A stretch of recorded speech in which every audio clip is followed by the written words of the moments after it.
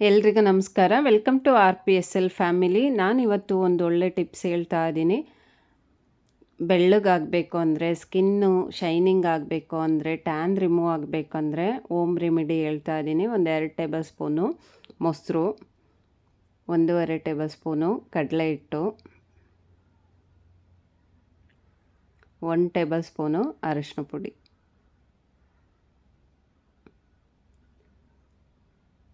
ಒಂದು 6ರಿಂದ 7 drop lemon ರಸ,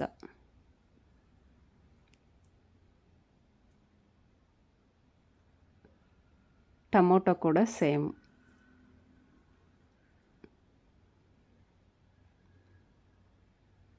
ಇದನ್ನು ಚೆನ್ನಾಗಿ ಮಿಕ್ಸ್ ಮಾಡ್ಕೊಬೇಕು. ಇದು ಪೇಸ್ಟ್ ಥರ ಆಗಬೇಕು. ಇದು ರೆಗ್ಯುಲರ್ ಹಚ್ಕೊತ ಬಂದರೆ ವೈಟ್ನಿಂಗು ಆಗುತ್ತೆ, ಸ್ಕಿನ್ ಶೈನಿಂಗ್ ಆಗುತ್ತೆ, ಟ್ಯಾನ್ ಕೂಡ ಇರೋದಿಲ್ಲ. ಈ ಥರ ಟ್ರೈ ಮಾಡಿ ನೋಡಿ, ಬೆಸ್ಟು ರಿಸಲ್ಟ್ ಸಿಗುತ್ತೆ. ನಾನಿಲ್ಲಿ ನೋಡಿ ಪೇಸ್ಟ್ ಚೆನ್ನಾಗಿ ಕಲಸಿ ಆದಮೇಲೆ ಕೈಗೆ ಹಚ್ಚಿ ತೋರಿಸ್ತಾ ಇದ್ದೀನಿ.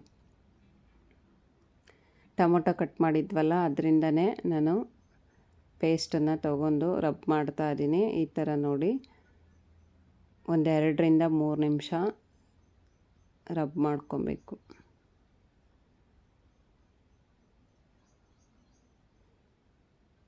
ಪೇಸ್ಟನ್ನು ಸ್ವಲ್ಪ ಜಾಸ್ತಿನೇ ಹಚ್ಕೊಂಡು ರಬ್ ಮಾಡ್ಕೊಳ್ಳಿ ಮಾಡುವಂಥವ್ರು. ನಾನಿಲ್ಲಿ ತೊಗೊಂಡು ಈ ಥರ ಒಂದು 2ರಿಂದ 3 ಸಲ ರಬ್ ಮಾಡ್ತಾ ಇದ್ದೀನಿ.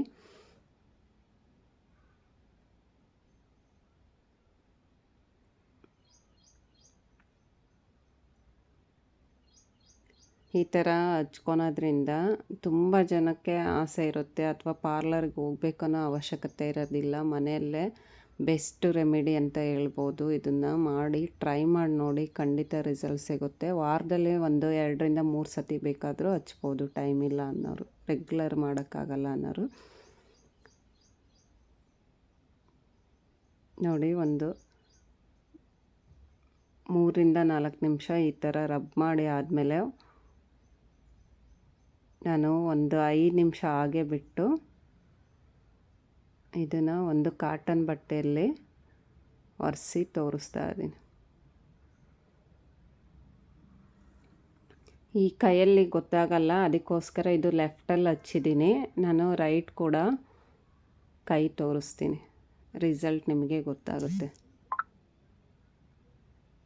ನೋಡಿ.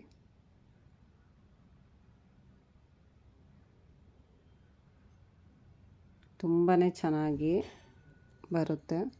ಒಂದು ಸಲ ಟ್ರೈ ಮಾಡಿ ನೋಡಿ. ನೋಡಿ, ಆ ಕೈಗೂ ಈ ಕೈಗೂ ತುಂಬಾ ಡಿಫ್ರೆನ್ಸ್ ಕಾಣಿಸ್ತಾ ಇದೆ. ನಿಮಗೆ ಕೂಡ ಇಷ್ಟ ಆಗಿದೆ ಅಂದ್ಕೊತೀನಿ. ಇಷ್ಟ ಆದರೆ ಒಂದು ಲೈಕ್ ಮಾಡಿ, ಕಮೆಂಟ್ ಮಾಡಿ, ಶೇರ್ ಮಾಡಿ. Thank you for watching.